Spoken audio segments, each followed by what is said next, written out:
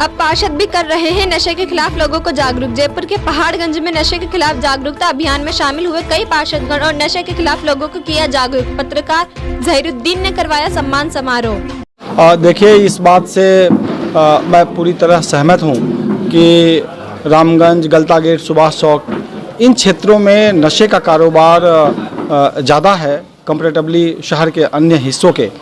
और इस बात से भी मैं मुतमईन हूँ कि जब मैं जिस मीटिंग में गया हूँ, सब लोगों ने यही बात रखी है मेरे सामने कि नशे का कारोबार यहाँ से बंद किया जाए। मेरी सबसे पहली प्राथमिकता यही है कि मैं कोशिश करके इसको जड़ से उखाड़ फेंकूं। मैं समझ सकता हूं इस बात को कि जब ये इतना गहरा और व्यापक असर रखता है समाज में, तो इसको इतनी जल्दी ख़त्म किया जाना सिर्फ मेरे अकेले या हमारे सिर्फ पुलिस विभाग के बूते का काम 100% और त्वरित गति से नहीं हो सकता। इसीलिए मैंने जनसंपर्क अभियान चला के इसको जनता को जोड़ने की कोशिश की है। और इस बात की मुझे बेहद खुशी है कि रामगंज में जिस मोहल्ले में मैं गया हूं, वहां के लोगों ने इसमें बहुत रुचि दिखाई है।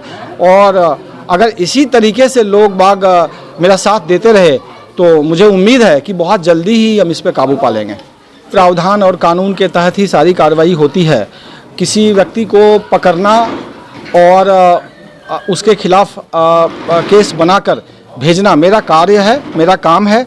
लेकिन माननीय न्यायालय द्वारा किन शर्तों पे क्या जमानत दी जाती है उस पर कोई टिप्पणी करना ठीक नहीं है। लेकिन ये बात आपके कहने से मैं महसूस करता हूँ कि हमें और मेहनत करके इतना बढ़िया केस बनाना चाहिए, उनके पिछले रिकॉर्ड्स को लगाना चाहिए, ताकि उनको जमानत मिलने में मुश्किलात का सामना करना पड़े और वो जल्दी से बाहर ना आएँ। सब लोग यही कह रहे हैं, तो इसके पीछे कोई वजह है।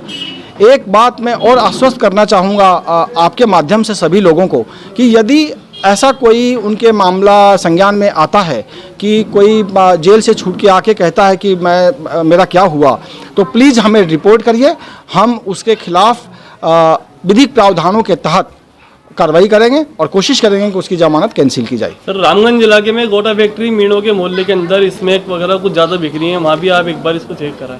वहाँ का माहौल कुछ ज़्यादा नशे का कारोबार बनना है वहाँ पर। मैं सबसे आह्वान करता हूँ कि जिनको भी इसके बारे में जानकारी है, प्लीज़ मेहरबानी करके मुझे बताइए और सब्र का दामन थामे रखिए और मेहनत करते रहिए।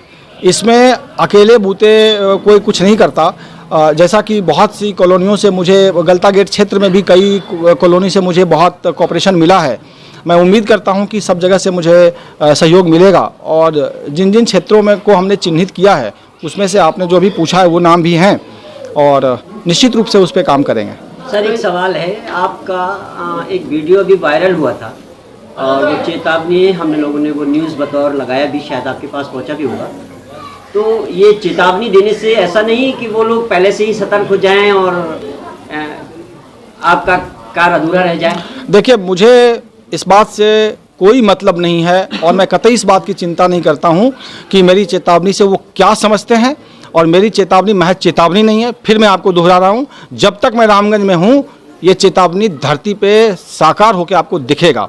बात रही कि वो लोग इस चेतावनी से डर गए हैं, सतर्क हो गए हैं, मेरा उद्देश्य इतना है कि रामगंज में जो हमारे बच्चे हैं, गलता गेट क्षेत्र में जो हमारे बच्चे हैं, उनका भविष्य सुरक्षित हो। चाहे वो मेरे केस बनाने से हो, चाहे यहाँ के लोगों की समझाइश से हो, चाहे जागरूकता से हो, चाहे मेरे चेतावनी से डर के वो भाग जाएं। मैं फिर कहता हूँ कि भाग जाएं तो उनकी खुशकिस्मती है, नहीं तो बदकिस्मती उनकी मेरे साथ शुरू हो जाएगी। आपकी कई मीटिंगों में प्रशासन की ओर से उल्लेख किया गया है कि नशा मुक्ति केंद्र फ्री खोला जाएगा, तो इसका काम कहाँ तक चला है, बताइए। देखिए, नशा मुक्ति केंद्र के लिए हम लोग प्रयासरत हैं और उच्च अधिकारी भी इस बात को लेकर चिंतित हैं। उस पर कार्य किया जा रहा है। पिन पॉइंटेड जानकारी देना अभी संभव नहीं है, लेकिन कोशिश की जा रही है कि नशा मुक्ति केंद्र सहज उपलब्ध हो, जहां गरीब से गरीब आदमी भी जाके अपने बच्चे का इलाज करा सके।